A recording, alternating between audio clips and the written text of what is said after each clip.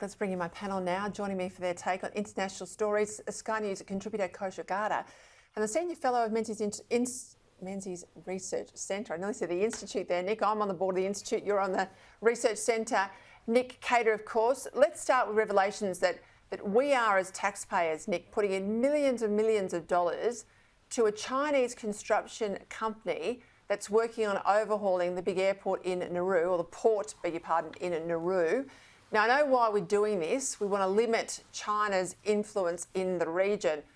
But I've got to wonder whether this is a poor deal for taxpayers, because we're spending all this money buying infrastructure to keep out China in foreign countries. I mean, aid used to be about food, water, education, all the sort of basics. Now we're trying to outbid China everywhere in the South Pacific.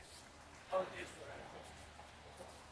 that's right, Peter, and it's something very half-baked about it, isn't it? I mean, I think we do need to focus much more on our region. I mean, that's obvious. The amount of time, the amount of money, the amount of resources China is putting into gaining influence in our region is truly alarming. We have to counter that in some way. Do we counter it by paying a Chinese company to do some construction work?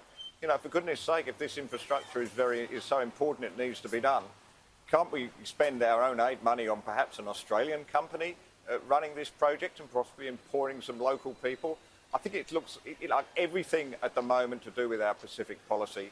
It looks amateur hour, and we're not facing up to the seriousness of the situation and taking this really in a very concerted and serious way. Kosha, what's going on at Columbia University? I mean, it has gone around the world.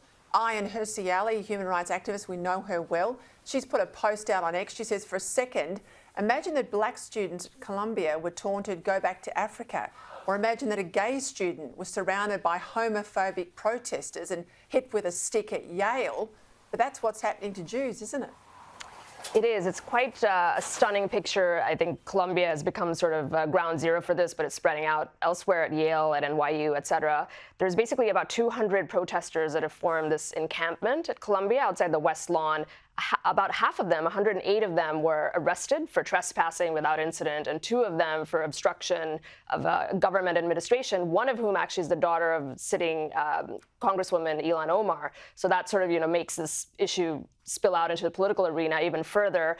In terms of why it's happening, I mean, we've talked about this before, that there's so many dynamics that are almost like a petri dish at these universities over there, where there's the impact of immigration and importing some of these allegiances that are spilling out. There's sort of this coddling culture that's happened at these universities. There's the way protests, I think, were amplified and supported during the summer riots with BLM. I think that culture is carrying over, and you just have weak leadership at the top of the university, and all those things put together is leading to some pretty stunning and outrageous stuff that we're seeing.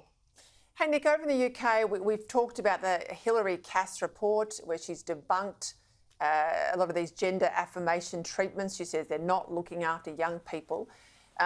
She has now been unable, basically, to get out in public. She can't use public transport. She's got difficulty leaving her home, all because she conducted a thorough medical review of the so-called trans science. J.K. Rowling, of course, out there defending her. But this is shocking.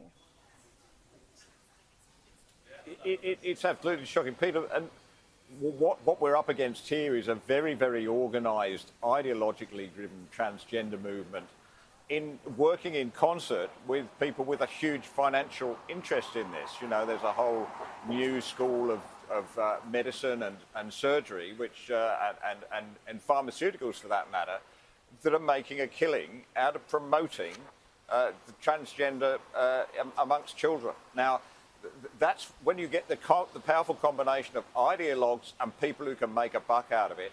That's when you get this really vicious cancel culture and everything that goes with it. I mean, we saw the same with COVID, and we see the same, of course, every day with climate change. That's what we've got here, and we have to really break this, because it's, we know what this is doing to our teenage kids, and we know what it's doing to our society.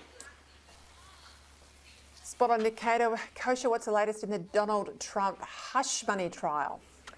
So the trial has officially commenced. Opening statements have been made, and all eyes are on what the impact of this is going to be on the election, really.